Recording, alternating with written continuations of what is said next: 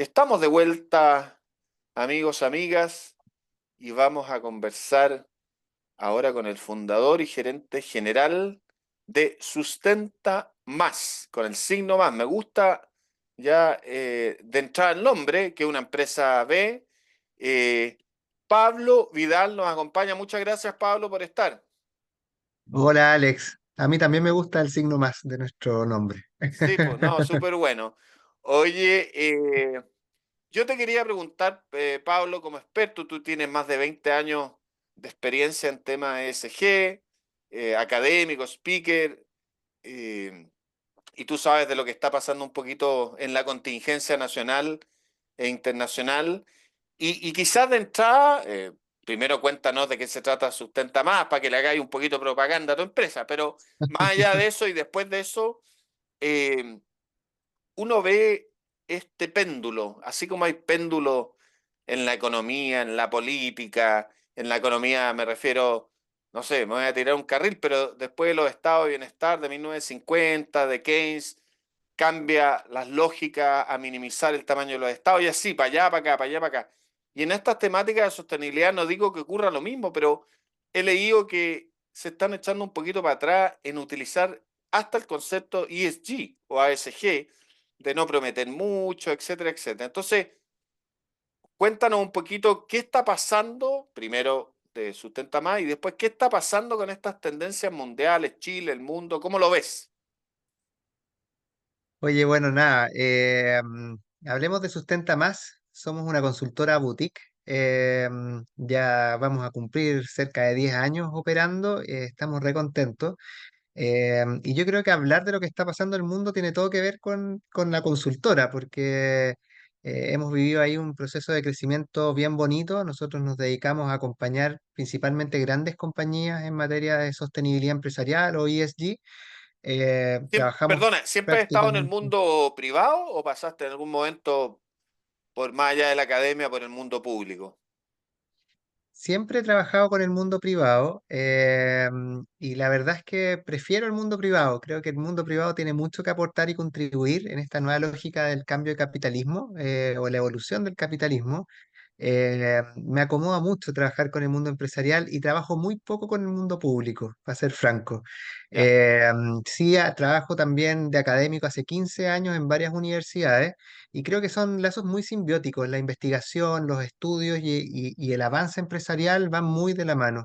Y hoy día me he hecho experto también participando en varios gremios empresariales, así que es una cosa bien ecosistémica la que me toca vivir. Oye, Y qué lo que bueno hacemos en que, Sustenta Más.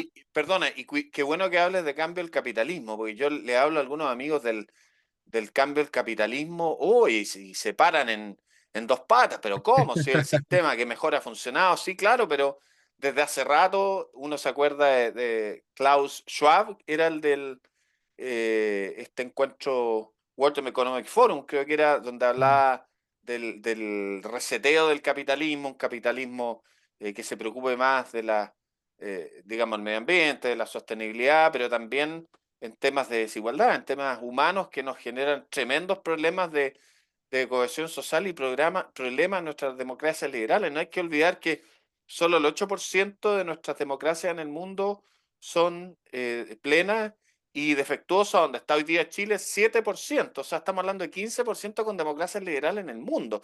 Está bien, entendemos lo que pesa China, pero India hoy día es una democracia, por muy autoritaria que sea, y probablemente una democracia defectuosa. Eh, o sea, creo que el tema del reinventar el capitalismo, además, más allá de la connotación política que algunos pueden leer, Es que la no hay verdad que es que el mundo hacerlo, pues empresarial, no hay que leerlo o sea, políticamente. no hago juicios de valor, cada uno puede hacer lo que quiera en su vida, pero Es verdad. sí, en mi visión, y que se inspira mucho, particularmente en uno de mis referentes, que es el Consejo Mundial Empresarial para el Desarrollo Sostenible. eh, Son las mismas empresas las que se han planteado la inquietud de repensar el capitalismo. No sé si cambiar es la palabra, no sé si inventar un nuevo modelo, pero sí en el fondo corregir algunas asimetrías y algunas brechas en el fondo que son evidentes y que sobre las cuales en el fondo de alguna manera hoy día hay mucha evidencia respecto de cómo eso impacta finalmente el resultado de los negocios. Y las empresas lo que quieren ser son empresas, quieren desarrollar, ganar utilidades, obtener ingresos, crecer, y para crecer necesitamos de un planeta, de las personas y de la prosperidad, y por lo tanto en el fondo hace todo sentido repensar la forma de hacer negocios para poder estar en sintonía con ellos. Finalmente un planeta que crece es un espacio idóneo para que las empresas crezcan. O sea, Dicho eso, y hay que vamos a la... hay que existir como planeta y como especie. Así es, hay que existir y poder desarrollarnos en plenitud. Y dicho eso, está todo pasando en el mundo en materia de ESG o sostenibilidad empresarial. La verdad es que yo ya voy a cumplir como 25 años en este baile y han cambiado demasiados nombres en la historia, pero lo importante es que el factor común se mantiene intacto y solo va creciendo. Sí, mira, lo que te puedo decir es que en el fondo en materia de sostenibilidad empresarial, yo diría que en el fondo en los últimos 3 4 años había una especie de crecimiento explosivo sobreacelerado, ¿ya? Me acuerdo que en el año 2000, cuando empezó a hablarse de responsabilidad social, realmente esto era como sujeto de bullying, o sea, nadie miraba estos temas de manera seria. En general, los gerentes de responsabilidad social eran gerentes como de segunda categoría, tenían poco presupuesto o nulo, cero equipo, una cosa bien como de bullying interno dentro de las empresas. El escenario en el 2024 de cara al 2025 es completamente diferente. Hoy día nosotros, o sea, uno observa cómo el mundo empresarial se ha volcado a esto por distintas razones. A veces por el mundo inversor, a veces por los ámbitos regulatorios, a veces por la presión misma de los ciudadanos. Pero la verdad es que lo que uno observa es que independiente de dónde venga en el fondo la motivación, hoy día hay un impulso hacia avanzar en estas materias. Ahora, tú bien decías, claro, oye, ya Pablo, te creo que en los últimos 3 años esta cuestión se disparó, pero parece que en el año 2024 apareció este concepto del anti-ESG, que hay que ponerlo y hay que saber ubicarlo correctamente en el fondo en el mapa global. Para poder atender a ese punto, te quiero poner primero en contexto, en el fondo, qué ha ido pasando en el planeta, ¿ya? Y después vamos a ir viendo y cada uno de los que nos están escuchando ahora sacarán sus propias conclusiones, cuánto rating tiene o cuánto poco rating tiene el anti-ESG famoso. Y un paréntesis, Primero, yo sé que la sostenibilidad tiene muchos componentes, pero incluso especialmente le han pegado a la diversidad y a la inclusión LGTBIQ y más con todo este tema de Bad Light, que se echaron para atrás cuando muchos consumidores más conservadores, más republicanos quizás en Estados Unidos reclamaron. Entonces, por los dos frentes, por el lado de las promesas y todo lo que significa llegar a eso, digamos, a lo que se prometió, pero también por el lado más politizado, más político del antiwokismo. ¿Mm? sí, bueno, ahí aparecen muchos conceptos. Yo me declaro en el fondo en ese sentido, o trato de vivir mi vida lo más objetivo posible y me voy a los números. Soy ingeniero de profesión, así que me gusta en el fondo basarme en datos objetivos más que colgarme de cualquier eslogan de turno en el fondo en las redes sociales. Así que y lo otro es que voy a tratar de evitar al máximo ocupar términos que no estoy de acuerdo, así que voy a tratar de minimizarlos porque no le quiero dar rating ni espacio a eso. Ya. Dicho eso, me gustaría poner un escenario global, ¿ya? En el año 2019-2020 el planeta entró en pandemia y cuando entra en pandemia pasaron varias cosas. Una, en el fondo, recuerden todos, parece como una historia de hace como 20 años, pero pasó hace un par de años atrás nomás. Los mercados se empezaron a comprimir, las economías en el fondo se forzaron, hubo una sobreregulación de los estados porque había que salvar el buque, y en ese contexto en el fondo pasan muchos elementos que de alguna manera reconfiguran el escenario global para hacer empresas, ¿ya? En ese escenario resultó ser que las empresas que venían hablando de responsabilidad social empresarial y sustentabilidad fueron por lejos las empresas más resilientes para soportar en el fondo este cambio estructural global que sucedió a partir de la pandemia. Y es en ese contexto es que el mundo inversor de alguna manera plantea y dice, chuta, a ver, yo como inversionista lo que necesito es poner mi dinero en algo que no solamente sea rentable en el corto plazo, sino que además exista en el largo plazo, porque si no pierdo todo mi dinero, ¿ya? Y resultó ser que en el fondo este segmento de las empresas sostenibles empezó a ser tremendamente atractivo. Para que tengan un orden de magnitud, en solo 3 años se quintuplicó la cantidad de activos globales dedicados exclusivamente a la sostenibilidad. Y no fue porque los inversionistas se volvieron moralmente, cambiaron su postura o de pronto se inspiraron o se iluminaron.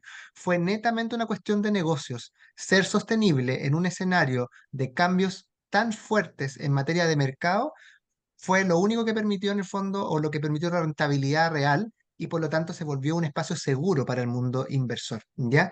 Que hayan entrado los inversionistas fue justamente un elemento clave que gatilló hasta el día de hoy un efecto dominó que ha tenido que ver con implicancias regulatorias y con cambios también en el consumo que de alguna manera hoy día configuran un escenario de, llamémoslo, presiones o premios para el ESG y para la sostenibilidad. No por casualidad, en Estados Unidos, en el fondo, a partir de este boom del mundo inversor, es que el IFRS, que era el marco en el fondo o la organización que regula la contabilidad y los parámetros contables de las empresas en Estados Unidos, ellos deciden y dicen, ¿sabéis que esta cuestión hay que ordenarla? Y por lo tanto, en el fondo, avanzan sistemáticamente en ir empujando estándares de divulgación más claros para que los inversionistas puedan hacer la distinción entre qué es ESG y qué no lo es. Paralelamente, en Europa empieza la misma carrera, pero no con los mismos actores y no con los mismos criterios. Los europeos tienen una mirada un poquito más lejana del inversor y más preocupado de las personas, y por lo tanto su agenda ESG empieza a avanzar aceleradamente en materia regulatoria. Entre medio, en Latinoamérica, nosotros siempre los latinos y particularmente Chile mirando estos dos mercados, qué está pasando en Estados Unidos, qué está pasando en Europa y también qué está pasando en Asia, en China. Para nosotros China es un mercado tremendamente relevante. En China por el momento nada, silencio, ESG pasaba por el lado, pero en Estados Unidos avanzando notoriamente el IFRS y en Europa. Llega el año 2024, te parece que es una historia que estoy contando hace 1000 años, pero ahora, recién, año 2023-2024, el IFRS lanza por fin un único y su gran apuesta, que es un marco global para la divulgación ESG, para diferenciar claramente aquellas empresas comprometidas en esto y de aquellas que no. En el mismo año, la Comunidad Europea, el Parlamento aprueba en el fondo la primera normativa de divulgación ESG, que no es la misma de la americana y que plantea cuestiones como, por ejemplo, acento en los derechos humanos, que no es un acento particular de los estadounidenses, donde ellos han apostado por el cambio climático. Bien paradójico es que un país que hace un par de años atrás tuvo como presidente un presidente que negó el cambio climático, ese mismo país, el mundo inversor, decide que el cambio climático es fundamental para gestionar los riesgos empresariales de cara al futuro y por lo tanto un inversionista que espere rentabilidad tiene que asegurarse que en el fondo las empresas donde invierta estén contribuyendo a minimizar el impacto en el cambio climático porque afecta finalmente el bottom line o los resultados económicos. Pero en ese contexto estamos, un mundo acelerado. De pronto, hace 2 meses atrás, 2 meses, aquí no estoy exagerando, 2 meses, los chinos sorprenden. ¿Y sorprenden de qué manera? Acaban de lanzar su propio estándar ESG para empresas chinas, que son en el fondo las 400 empresas más influyentes del planeta. Y ojo, varias de ellas operan en Chile hoy día y tienen capitales relevantes en industrias tácticas como la energía, la minería y otras industrias clave de nuestro país. Hace 2 meses el Estado chino lanzó su propio marco de divulgación ESG, que se suma a los esfuerzos europeos y a los esfuerzos americanos. Me gusta poner esto en contexto y aquí quiero entrar en la polémica, porque cuando tú ves lo que está pasando sistemáticamente en los últimos 4 o 5 años sin parar, donde lo que tú ves es que los mercados más relevantes para nuestro país en Chile, en el fondo, solo avanzan en materia ESG, la verdad que lo que un senador o un candidato a alguna cosa de algún partido particular dentro de Estados Unidos que lance alguna idea anti-ESG se vuelve más una noticia trending topic en redes sociales que una realidad consumada en el ámbito empresarial. Lo que uno observa es que efectivamente hay movimientos de personas que ven en el ESG un avance de cierta agenda que para algunas personas podría tener tenores políticos, pero que en la práctica ha sido impulsada no por agentes políticos, sino que ha sido impulsada por agentes económicos financieros, principalmente del mundo inversionista y por lo tanto, y basada principalmente en el enfoque de gestión de riesgos. La diversidad y la inclusión es vital gestionarla porque de no hacerlo pones en riesgo el negocio. El cambio climático es vital gestionarlo porque si no lo abordas pone en riesgo tu negocio. Los derechos humanos tienes que salvaguardarlos porque si no lo abordas pone en riesgo tu negocio. Acá no hay una mirada política del ESG, hay una mirada más bien práctica, técnica. Si estos temas no se gestionan por las empresas, ponen en riesgo el negocio y por lo tanto ponen en riesgo la inversión, ¿ya? Y entonces, claro, aparece un movimiento particular de un partido político en Estados Unidos que ha tomado esta agenda anti-ESG que también es bien Pero contradictoria. nómbralo, por qué no lo nombráis? Relájate, Pablo. Si hay que hablar las cosas como son. El Tea Party y los republicanos, incluso una parte de los republicanos. Bueno, este grupo ha planteado una agenda anti-ESG, pero tiene cuestiones que también hay que saber mirarlas. Yo lo he estado investigando harto. Estoy en este momento en Estados Unidos, así que estoy aprovechando mi pasada por acá para ponerme harto al día. Y lo que uno observa es que hay una razón de ser de la agenda anti-ESG. Uno de los tópicos clave, y ya lo he dicho en esta conversación, es el cambio climático. El cambio climático supone una transición energética hacia energías renovables. Y las energías renovables son energías de baja intensidad de colaboradores y de trabajadores. Mantener una planta de energía eólica supone una, dos, tres personas en comparación a una termoeléctrica que supone en el fondo planas de trabajadores del orden de los cientos, 200 personas trabajando. Entonces, cuando tú avanzas en el cambio climático, efectivamente hay una transición también laboral, ¿ya? Y efectivamente hay zonas dentro de Estados Unidos que se van a ver muy mermadas si es que la agenda de las energías renovables avanza, dado que se van a tener que cerrar aquellas que son intensivas en energías en el fondo de base carbón, ya sea petróleo, gas u otras, ¿ya? Y entonces, claro, hay un impacto laboral fuerte y por lo tanto, este partido político en cuestión, que no lo voy a nombrar, Lo nombro yo, ya.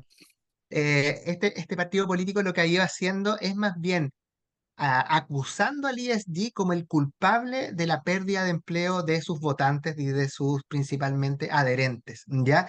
Y yo creo que ellos, detrás de su queja, creo que ponen una verdad súper relevante, pero no estoy de acuerdo con echarle la culpa al ESG. El ESG hace lo que tiene que hacer, que es en el fondo poner en la mesa temas que afectan los negocios y por lo tanto hay que ser gestionados.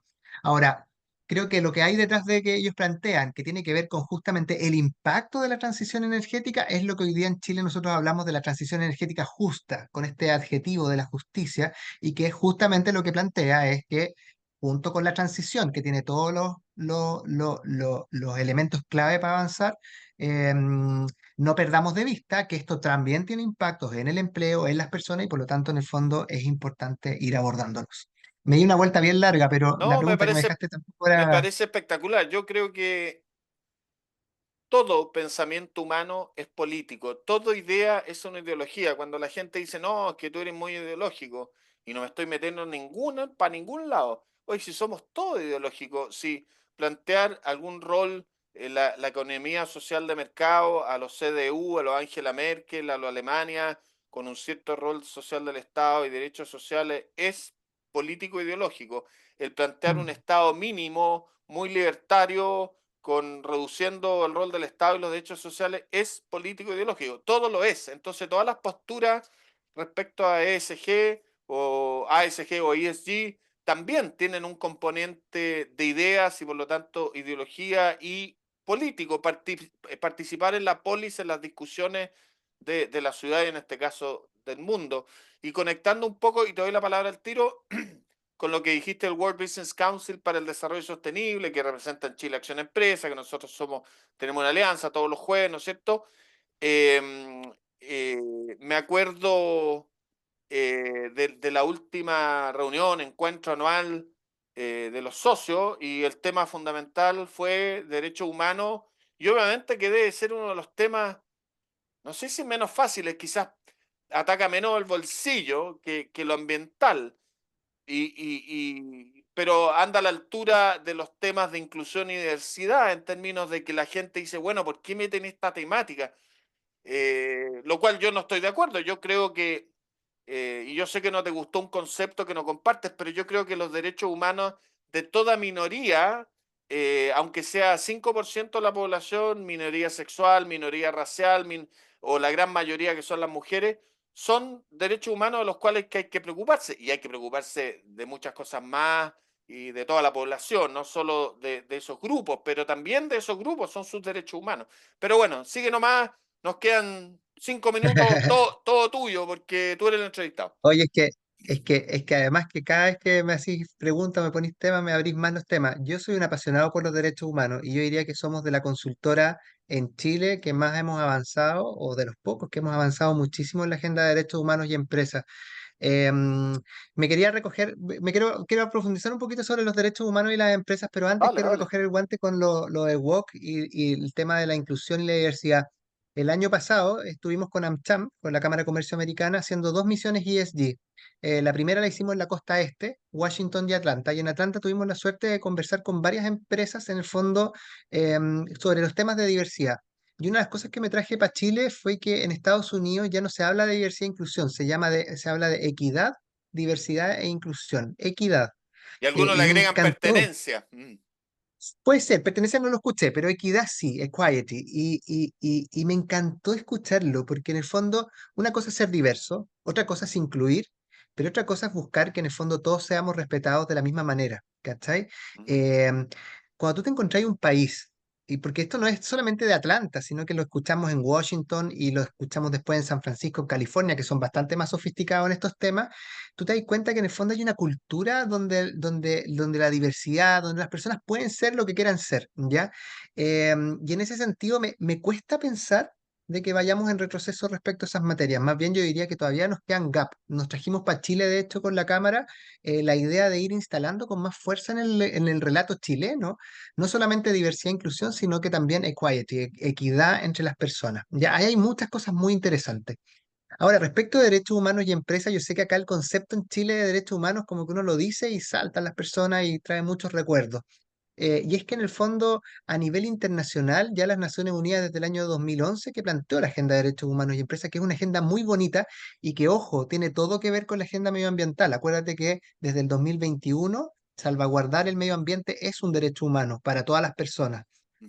Y como dices tú, cuando uno dice todas las personas, son las mayorías y las minorías. Aquí nadie Claro. queda fuera. Todo ser humano tiene sus derechos humanos, son inalienables, no se pueden ceder. Y por lo tanto hay que salvaguardarlo. Yo diría que la agenda que se viene con fuerza es la de los derechos humanos. Nosotros lo vemos en la consultora, estamos trabajando en muchos proyectos de derechos humanos y no es casualidad. Sentimos que también tiene que ver con el 2.0 del ESG. Una cosa es, en el fondo, es gestionar ciertas materias y otra cosa es ir a ver tu mapa de riesgos, cómo tu empresa genera impactos en estas materias. Y los derechos humanos son derechos ambientales, pero también son derechos sociales y también, ojo, hay derechos económicos. Por lo tanto, al final del día, mirar los derechos humanos es una mirada también nuevamente de riesgo y de anteponerse a futuros, en el fondo, desafíos empresariales. La verdad es que, como te puedo decir, a nivel internacional está todo avanzando. En Europa el tema de derechos humanos está avanzando regulatoriamente.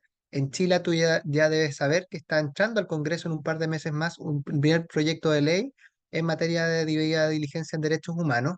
No sé si el proyecto de ley se cumpla como ley, pero por lo menos ya es una señal la idea de ponerlo como proyecto. Y yo creo que se vienen discusiones bien interesantes en los próximos meses en estas materias. Por lo menos en los espacios donde yo me muevo, son una agenda que estamos empujando con mucha fuerza. Excelente. ¿Cómo estamos de tiempo? Nos quedan 2 minutos. Solo para comentarte, Pablo, que es tan potente, importante lo cultural. ¿Ah? Yo entrevisté a la gerenta de sostenibilidad o sustentabilidad, tienen el cargo ella, del Banco Itaú, y tienen un pilar súper potente con Emilio Maldonado, con Pride Connection, digamos, y todo el tema diversidad, inclusión, equidad, como decías tú, respecto a género y balanza de género, y también las identidades y las diversidades sexuales, porque hoy en día son los dos conceptos, ¿no es cierto? De opción y de identidad. Y yo le pregunté, ¿tendrá algo que ver con que ustedes son un banco brasileiro? Y me dijo, de todas maneras. Y la otra vez, mira, estaba viendo por casualidad en estos típicos en Facebook o Instagram, estos típicos como Reels de los países del mundo con más población LGTB, y no le agrego las otras letras del acrónimo. Y la número uno, Brasil. Chile estaba al 17, o sea, estamos dentro de las 20 con más población LGTB, pero Brasil la número uno. Entonces, eso da cuenta de cómo esa población, esa cultura, esa tolerancia permea una organización como Itaú que la termina llevando en sus estrategias de sostenibilidad, en sus pilares a Chile. Nos queda un minuto, me alargué yo. Mis disculpas, Pablo, pero dale, para que vayáis cerrando tú con cualquier comentario. No, me cuelgo de ese último comentario y una de las cosas que me tocó explorar el año pasado en San Francisco fue vivir en una cultura donde ya esto no es tema. Y no es tema no porque no sea importante, sino que porque ya es tan normal que dejó de ser, en el Claro, fondo, discusión. como ser alto o bajo, rubio o moreno. Mm. Y sabes qué, fue súper gratificante estar en una sociedad así. Yo anhelo que Chile avance, ojalá en esa línea, no solamente con los LGTB, sino que con todas las minorías y con todas las personas, en verdad. Somos todos parte de la misma casa común. Así es. Oye, lamentablemente, como dije, se nos fue el tiempo. Agradecerle a Pablo Vidal, fundador y gerente general de Sustenta Más, empresa B. Nada, muy entretenida la conversa, Pablo. A ver si nos tomamos un café. Cuídate mucho. Feliz. Nosotros nos despedimos, pero no se vayan de la clave porque viene tan solo un momento con Diego Sánchez y Checho Arriagada. Cuídense mucho.